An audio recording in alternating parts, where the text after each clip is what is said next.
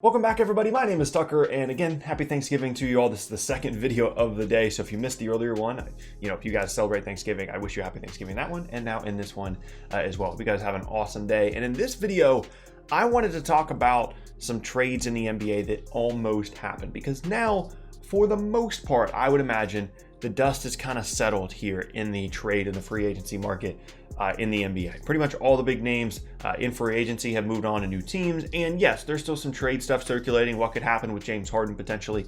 But in terms of, the most of the trades, they've already gone down. And I went out and I just looked all across the internet and I said, what trade rumors are out there that were actually reported, like these trades almost happened type things that we can talk about in the video. These aren't just me coming up with random things. These aren't just me putting jersey swaps on a thumbnail and saying, oh, this guy almost got traded. This is actual reported stuff. You can look up these articles, or it was said in podcasts by people that, at least have an idea of what's going on. These are real reported things that almost happened. I thought it'd be interesting to take a look at those in today's video. But quickly, before we get started, if you enjoy content like this, then consider subscribing. I upload twice a day, every day, all throughout the NBA offseason. So it's a great place for consistent NBA content, including team preview videos that will be coming up here pretty soon. I will be covering every single team in the NBA before the start of the season on the 22nd. You can also leave a like rating on the video. It helps me out a ton, lets me know that you're enjoying the content, and helps get the video out to more people on YouTube. And you can hang out with me at the various socials at the bottom of the screen. And with those things said, let's go ahead and get to the first almost trade that happened here. And this is via a Bleacher Report article. They kind of went into a whole deep dive on the whole Bogdanovic almost going to Milwaukee situation. And it kind of broke down, what else Milwaukee was taking a look at here outside of the Bogdanovic trade.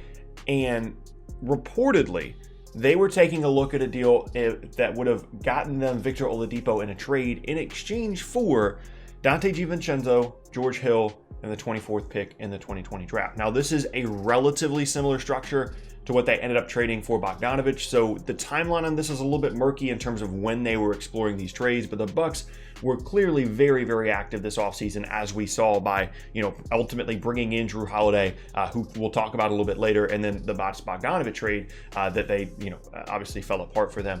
But DiVincenzo was a player that they were apparently reluctant to include in trades, but ultimately they did, because they were trying to get help for Giannis, obviously. And I think this is a really good indication of just how far Victor Oladipo's value has fallen compared to when he was an All-NBA player a couple years ago. Because this is the guy that, people are unsure if he's ever really going to be fully healthy again. He's a 2021 free agent, and so he's basically a rental at this point. And I know that a lot of NBA teams really, really like Donte DiVincenzo, but still, this feels like, definitely a sell low if you're Indiana, getting the 24th pick in the draft. George Hill is basically, just a contract figure at that point.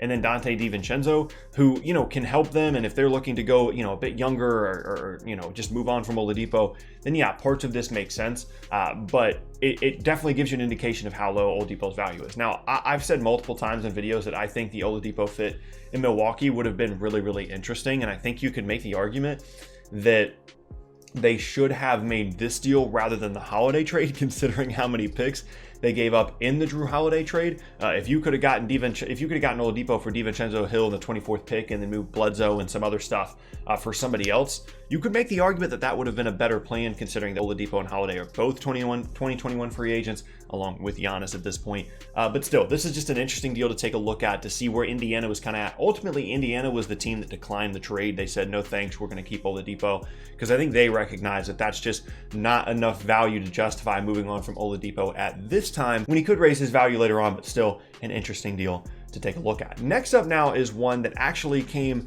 via the Bill Simmons podcast, and it's in an article that I found, but I went back and listened to the specific segment that it's referencing to make sure that it's a real thing, because sometimes people can get kind of weird about what they're taking out of podcasts, and it is a real thing. And basically, Simmons said that he heard and was pretty convinced that the John Wall, Russell Westbrook thing was going to happen, and Washington was going to send a first-round pick, probably top 5, top 10 protected, to Houston, along with John Wall in exchange for Russell Westbrook. And the reason this is interesting is because I was streaming when the John Wall, I want to be traded thing came out, and it was really, really bizarre, because up to that point we'd kind of been told that Washington wanted to see what, Wall and Beal looked like now that Wall was coming back healthy. Those two guys were excited to play together. And then all of a sudden, John Wall was asking out. What probably happened was this specific deal was on the table or was being discussed. John Wall found out about it. He was like, well, screw it. I just want to be traded, whether it's for Westbrook or otherwise.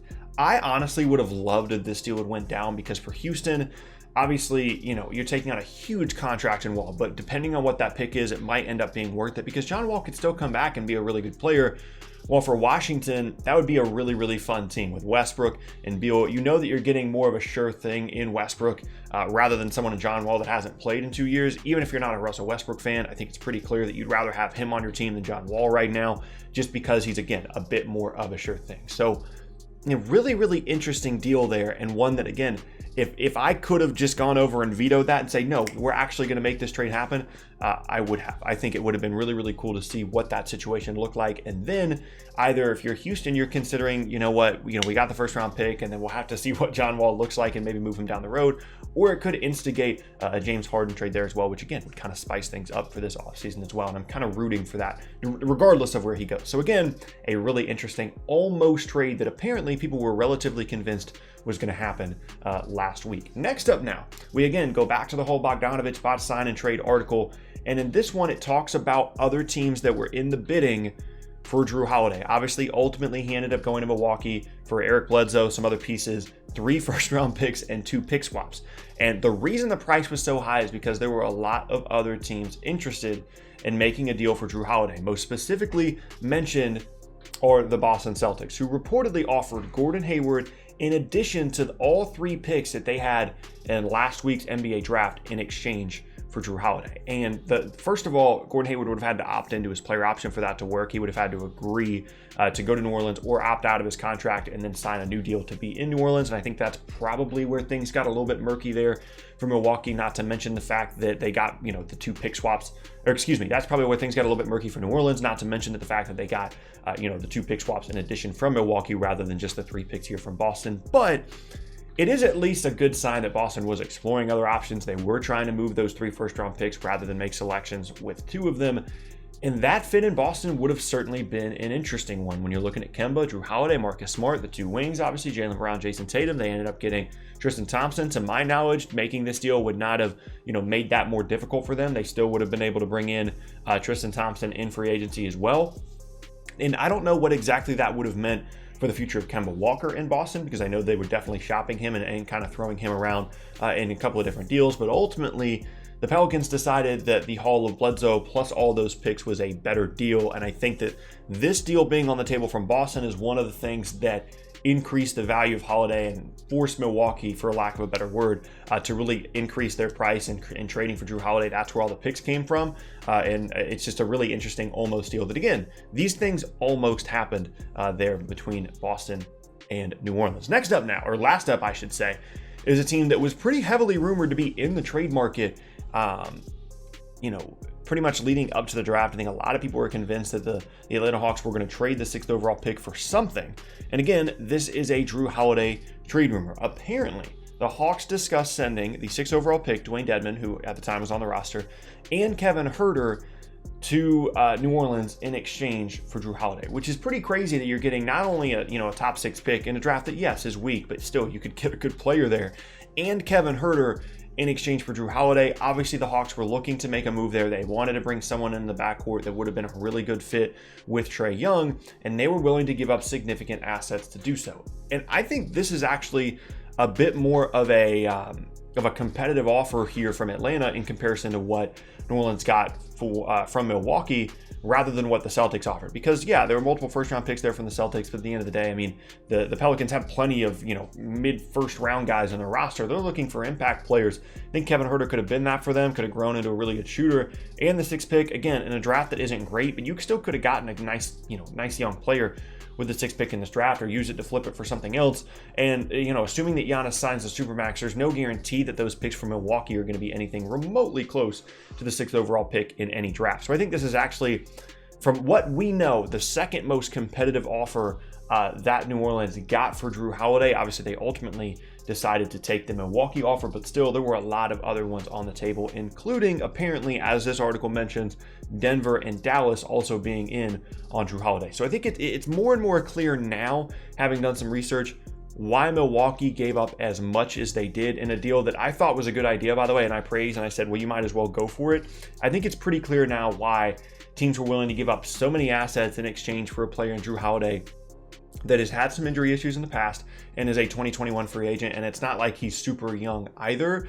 David Griffin successfully was able to get all these teams bidding against each other, which is definitely talent that he has, getting all these teams to compete against each other, to bid against each other, and did a really good job of getting maximum value out of Jrue Holiday. And those are 4 trades that almost happened in the past week in the NBA. Again, these are things, I did my best to only include things that I think were actually real, and not just some random article, but actual good reporting here that we can kind of count on and say that these things actually did almost happen last week. But that is going to be the end of today's video, and I thank you all very much for watching. Once again, my name is Tucker. If you missed any of my previous videos, then be sure to check out the boxes on screen. I hope you guys have an awesome rest of your day, and I will see you all next time.